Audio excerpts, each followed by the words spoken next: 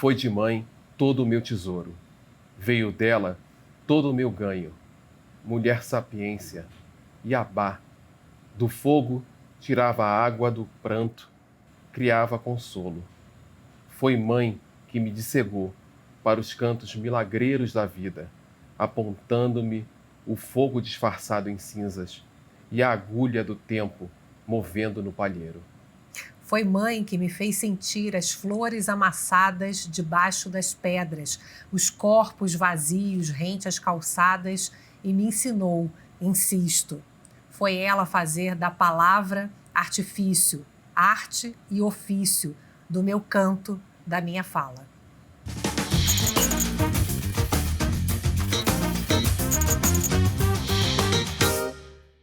É com esse poema da grande Conceição Evaristo, chamado De Mãe, que a gente recebe a nossa convidada de hoje, Ana Minuto. Ana, seja muito bem-vinda. A gente está muito feliz de ter você Obrigado. aqui com a gente no programa. Eu que agradeço, Juliana Inando. Estou extremamente emocionada logo no início com esse poema. É para deixar eu nervosa, mas tudo bem, eu dou conta. Ana, conta pra gente quem é você. Bom, meu nome é Ana Minuto, na realidade, Ana Célia Minuto de Campos, filha de Maria da Penha Nascimento de Campos, Jesus Benedito Minuto de Campos. Eu gosto sempre de trazer essa história porque foi eles que me trouxeram para cá, né? Então, eu sou uma mulher negra, retinta, com os cabelos crespos até o ombro. Vim de Guaianazes, então sou uma mulher periférica, né? Então vivi 33 anos em Guaianazes, onde eu aprendi quem eu sou, o que eu faço. E eu sou uma mulher negra, típica brasileira, que acredita que tudo pode melhorar sempre. Opa, já que você tocou no assunto da sua mãe, né, e a gente começou com esse poema, porque ela tem um significado muito forte para você, né? Você é a primeira filha, né? São 3 filhas, né? E a sua mãe tem uma história muito importante para você. Eu queria que você contasse um pouco sobre a sua mãe. Sim, conto sim. Maria da Penha se chamava Penha, né? Então, minha mãe casou com meu pai, ela tinha 28 anos, me teve com 32 anos, mas minha mãe passou por um processo muito longo de violência doméstica. Né? Além da violência doméstica, quando eu tinha 4 anos, o meu pai tentou abusar de mim e foi nesse momento que a minha mãe virou a chave. A partir daí, ela começou um trabalho forte de ativismo no combate à violência doméstica e também no combate à discriminação racial. Então, ela criou aí várias ONGs e também várias instituições. Uma das ONGs que existe até hoje é o Fala Negão, Fala Mulher, que é do extremo da Zona Leste, com José Bonifácio. Ela foi a mulher também que participou da comitiva do Mandela, quando o Mandela veio para cá, e ela também foi fundadora da Leandro de Itaquera, né? Uma das primeiras escolas aí de samba da Zona Leste, e ela tem uma história fantástica. Minha mãe era costureira, né? E ela se tornou assessora parlamentar também depois. Então, ela é uma mostra de que uma motivação de mudança pode acontecer interna e você pode mudar a sua história e dos seus também. Não foi um processo fácil, né? Então, eu e minhas irmãs foram praticamente criadas sozinhas, a gente se criava, mas hoje o que eu sou eu devo a essa caminhada que eu passei junto com a minha mãe nas ONGs, né? Então, a gente falava de ONG, falava sobre política, falava sobre pessoas, né? Então, desde aquela época, eu aprendi que o ser humano ele precisa estar no centro para que realmente as coisas aconteçam de fato e as pessoas possam ser mais felizes em qualquer área da vida. Ana, você falou aqui o nome da ONG, Fala Negão, Fala Mulher. Qual que era o trabalho da ONG? Ela tinha como objetivo trabalhar o combate à violência doméstica e discriminação racial e fazia isso através da cultura.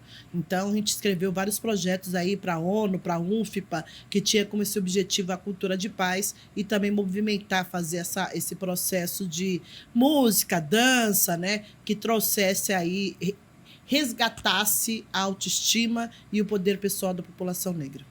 E você falou também da Leandro de Itaquera, que ela é uma das fundadoras, não é isso? Que importância você acha que tem a cultura, principalmente nessas áreas periféricas, né? Bom, eu digo por mim, né? Eu vou contar a minha história. Eu, dentro da Leandro de Itaquera, eu fui passista, eu fui comissão de frente, eu fui porta-bandeira, eu fui 500 milhões de coisas dentro da Leandro de Itaquera. E a cultura negra, o carnaval é uma cultura negra, ela tem como objetivo acatar as nossas histórias e quem nós somos. Eu era uma mulher bonita dentro das escolas de samba. Saísse da escola de samba, eu não era uma mulher bonita, não era uma mulher que as pessoas queriam estar perto, não era uma mulher que as pessoas queriam casar, por exemplo.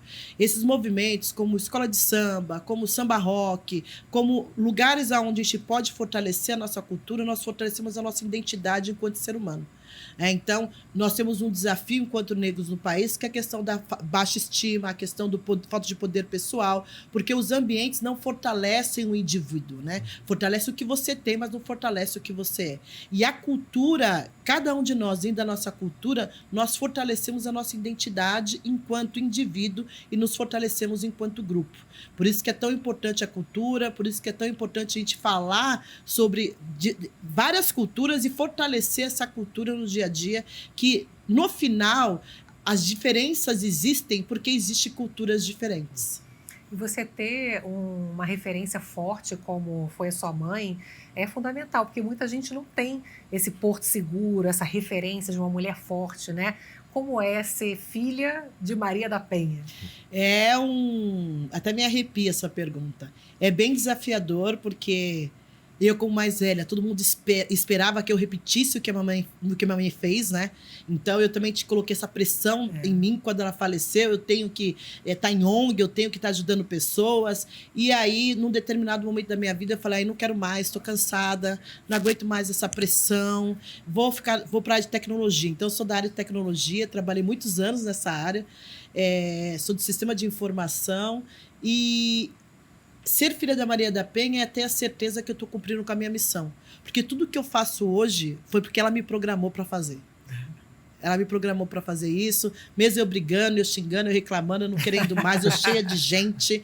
Mas ela, aos poucos, ela foi imputando essa questão do colaborativo, essa questão de que nós podemos ser melhores e fazer outras pessoas serem melhores também, que não existe o eu sem o outro. Então, todo esse processo hoje, o bom que eu tenho na minha carreira e na minha vida profissional, eu devo exclusivamente a essa motivação que ela sempre trouxe para mim e para minhas irmãs, por mais dolorido que fosse, né? Porque tudo tinha um preço, e tinha um preço para nós, que era a ausência da nossa mãe, porque era isso, ela tinha que trabalhar, era o carnaval, era a política, então ela estava em todas. Eu acho importante não romantizar, né, Ana? Porque muita gente fala, essa mulher é poderosa, forte, mas tem um preço, né, Ana? É importante falar sobre isso, né? Sim, e aquela história, eu tive que crescer muito rápido, né? Eu fui mãe com 9 anos de idade. Eu tinha 2 irmãs para cuidar, né? Porque minha mãe tinha que trabalhava muito longe de casa.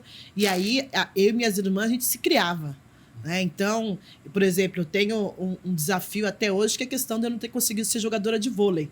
Porque não tinha ninguém que pudesse me levar, né, a ser jogadora de vôlei. Então, a gente teve que aprender a cozinhar muito rápido. Você jogava vôlei? Jogava vôlei. Você gostava? Amava vôlei. E jogava bem? Jogava. Eu era terrível. A bola vinha, eu batia no vento, assim. Eu era muito boa no vôlei. E aí, isso também é uma das coisas que o racismo rouba das meninas, né? Que é o direito de ser criança. Né? Então, eu já com 9 anos, eu já era mãe de 2 irmãs, já tinha que lavar, já tinha que cozinhar, a gente já tinha que se cuidar, já tinha que cuidar dos nossos horários para ir para a escola. Então, o racismo, ele tem esse poder, não só de nos adoecer mentalmente, mas também de tirar o direito da gente de ser criança, de viver essa experiência, de poder viver as fases dessa vida, né? Sim. A gente volta daqui a pouco com o programa O que é Ser Brasileiro?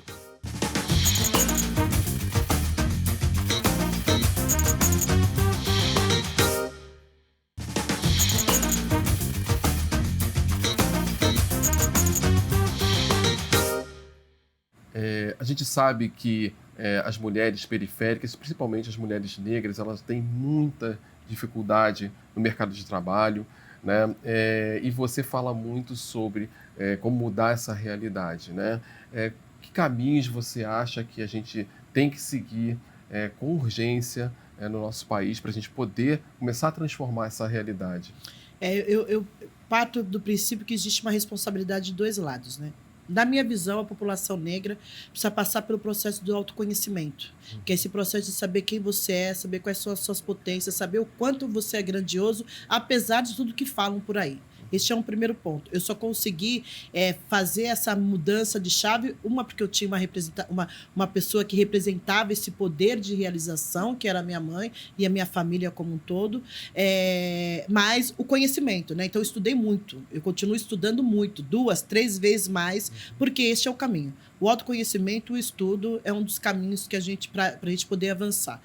Conhecer muito sobre racismo, conhecer muito sobre classe, conhecer muito sobre feminismo, porque a gente vai vivendo todos os dias microagressões que a gente nem sabe que vive. Por quê? O racismo ele é muito inteligente, né? Faz as coisas se tornar natural a ponto de você achar que você é o problema. Então, esse foi um dos caminhos que eu busquei para que eu pudesse minimamente ter saúde mental para lidar com as microagressões que acontecem todos os dias. O que, por exemplo? Eu entrar por exemplo, num restaurante, não ser atendida, eu ir fazer uma compra, também não me atenderem, se eu entrar numa loja no shopping, eu continuo sendo seguida. Então, não interessa o meu patamar financeiro.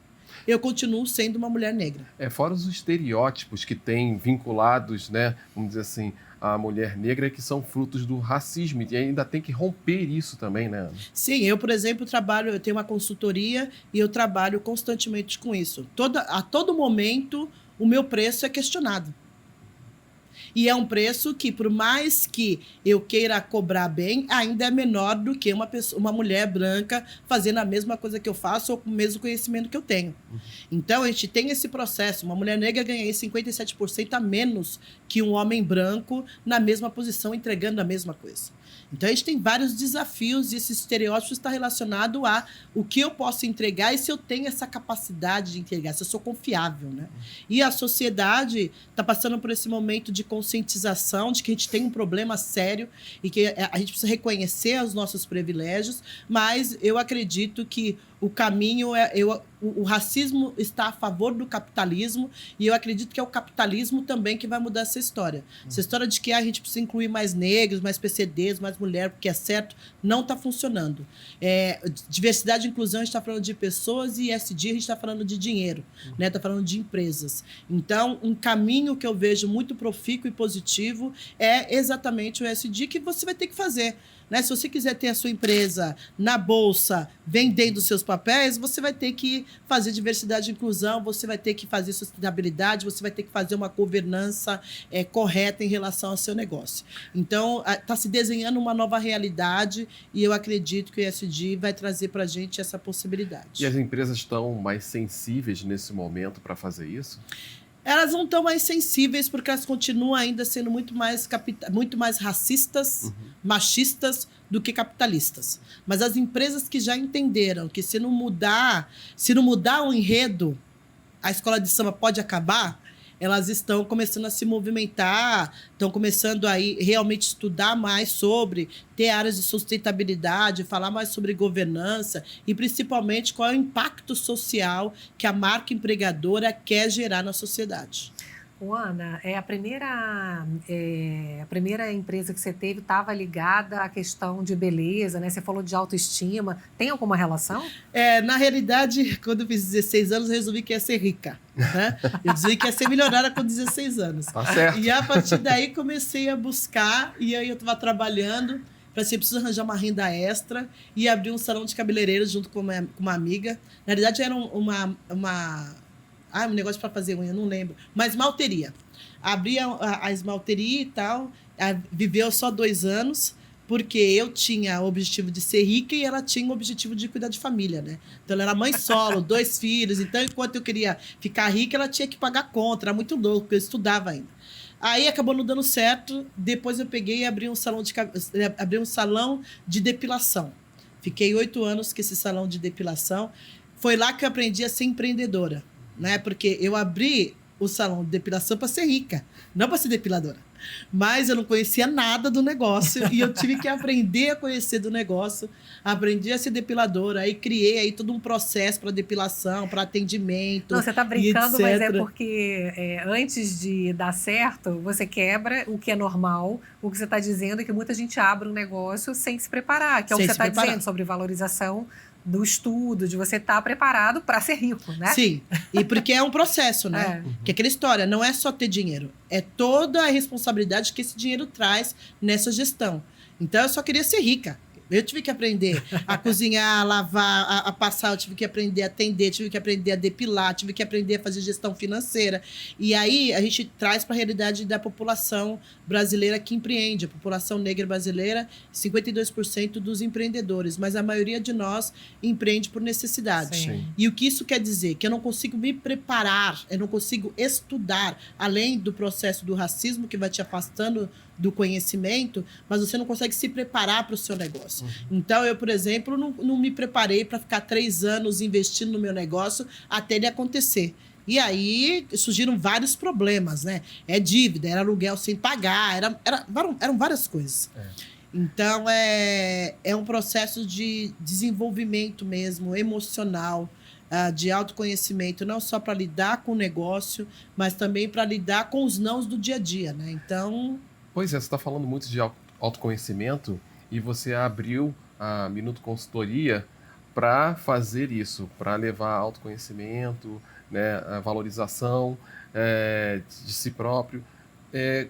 Qual é o método que você usa? Qual é a abordagem que você usa? E por que isso é tão realmente fundamental, principalmente para a população negra, né? Sim. Na nossa geração, eu sei que eu sou mais nova que vocês, muito mais nova, viu, gente? Só tô falando da nossa geração para criar um clima. Na nossa geração, terapia era coisa de doido. Era ou não era? Era isso que as pessoas falavam. Imagina você vai fazer terapia, você tá doido. E aí, com o tempo, principalmente através da pandemia, foi entendido que não, que se a gente não cuidar da nossa saúde mental, a gente não dá conta do que acontece todos os dias. E aí, em 2012, eu fiz um curso de coaching só para mim, era para o meu conhecimento, e aí ele me respondeu algumas perguntas. Primeiro, por que as pessoas negras eram tão potentes, mas não conseguiam avançar? E por que as mulheres também, muitas vezes, passavam por algumas situações de violência e não tinham energia vital e emocional para mudar essa história? E aí, para mim, estava muito relacionado à questão da autoestima, a questão do poder pessoal, a questão de você ser reconhecido como uma pessoa de valor, né? Então, numa empresa, ele olha só o que você não tem, ele não olha o que você tem. E se ele descobre o que você tem, ele não te ajuda a potencializar o que você tem. Ele diz que você precisa melhorar o resto. Quando, na realidade, se você potencializar aquilo que você é muito bom, a tendência é você ser magnífico naquilo e gerar mais resultado. E aí, eu percebia que isso não acontecia com a população negra. Então, eu criei uma metodologia de coach focada na população negra, onde eu não trago só o método de coaching. Eu trago constelação, eu trago terapia floral, são abordagens diferentes e que em momentos diferentes dentro das sessões eu utilizo essas metodologias. Porque nós não somos um número, né? Nós somos pessoas com sentimentos, pensamentos, com as nossas subjetividades. E aí só o método, quando você olha de uma forma muito analógica, para a população negra e para a mulher que passam pelas microagressões diárias, é importante também ter um método terapêutico que ajude essas pessoas a se entender, a entender porque as coisas acontecem como elas acontecem.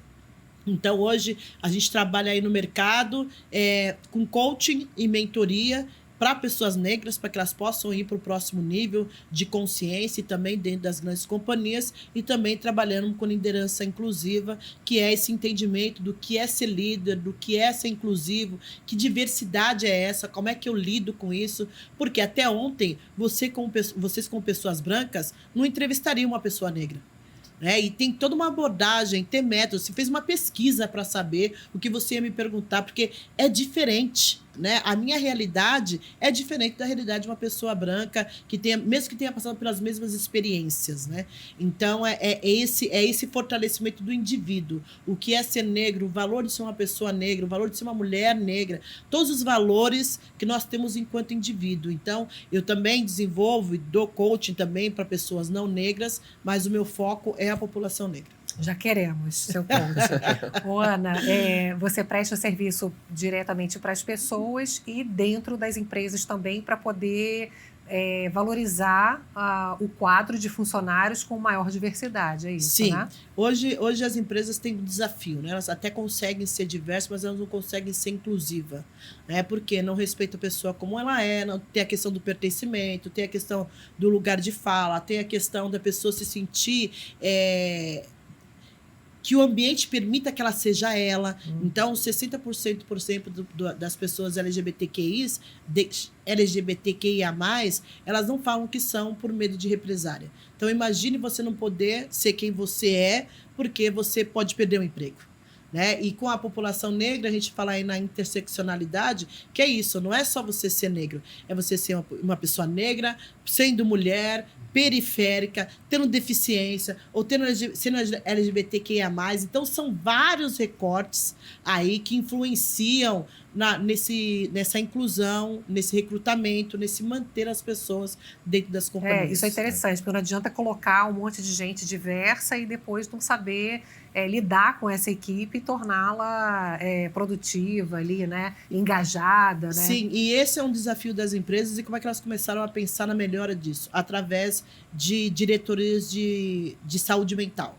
Porque já entendeu que não dá para resolver só falando com os funcionários e criando um momento de motivação. É importante entender o que está acontecendo com esse funcionário, entender qual é a realidade dele. Então, na pandemia, por exemplo, muitas pessoas que tinham que ficar trabalhando em casa, não tinham como trabalhar em casa, porque não tinham computador, não tinham um ambiente adequado para isso. Muitas empresas se organizaram para criar esse ambiente positivo para essa pessoa poder trabalhar. E agora a gente está num movimento no Brasil muito forte de olhar para a saúde mental, porque não tem como você ser produtivo e entregar o que você veio para entregar dentro das empresas se você não tiver né, com a saúde mental. E é lógico que a gente sempre vai estar passando por alguns desafios e faz parte da vida, mas existe aí um lugar confortável mentalmente, emocionalmente que a gente precisa alcançar.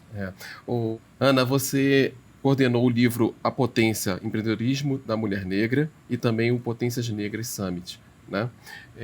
Esses trabalhos, que importância eles têm para conscientizar as pessoas e as empresas com relação à inclusão e à diversidade no mercado de trabalho? Bom, o livro Empreendedorismo da Mulher Negra foi escrito por 14 autoras totalmente diferentes, com visões diferentes, pontos de vista diferentes, idades diferentes, negócios diferentes, para mostrar para o Brasil, por exemplo, que não existe só um modelo de empreendedorismo. Não existe só o modelo de empreendedorismo, não existe só o modelo de ser feminino ou de ser masculino. Nós somos diversos. Somos 220 milhões de pessoas com digitais totalmente diferentes. Né? Então, sempre contavam a história das pessoas pretas em relação ao empreendedorismo. A gente quis fazer com que as pessoas conhecessem histórias contadas por pessoas negras. O que isso faz as pessoas entenderem que existem outras possibilidades. Amplia essa consciência, né? Então, eu não tenho só uma pessoa que faz trança, que é o que a maioria das pessoas conhece sobre empreendedorismo. Eu tenho mulheres que são donas de empresas de tecnologia. Né? São mulheres que são donas dos seus consultórios terapêuticos. Então, é ampliar essa visão em relação do que é ser mulher negra, do que é empreender e quais são as possibilidades. O Potências Negras ele foi desenhado para pessoas pretas. Para quê? Para que as pessoas pretas vissem que existem pessoas negras, tanto CIO, diretores, coordenadores, analistas. Por quê? Porque sempre o corporativismo diz, eu não acho pessoas pretas. Mas hoje a gente é 50% dentro das faculdades, por que será que você não acha? Né? Então, o Potências Negras ele veio para enegrecer o mercado de trabalho no sentido de as pessoas existem. Nós temos um banco com 45 mil profissionais. É impossível que não tenha ninguém que você consiga trazer para a sua empresa. E, para além disso, fortalecer a autoestima e a questão da representatividade. Das pessoas entenderem que existem pessoas negras que são diretoras, logo ela também pode ser.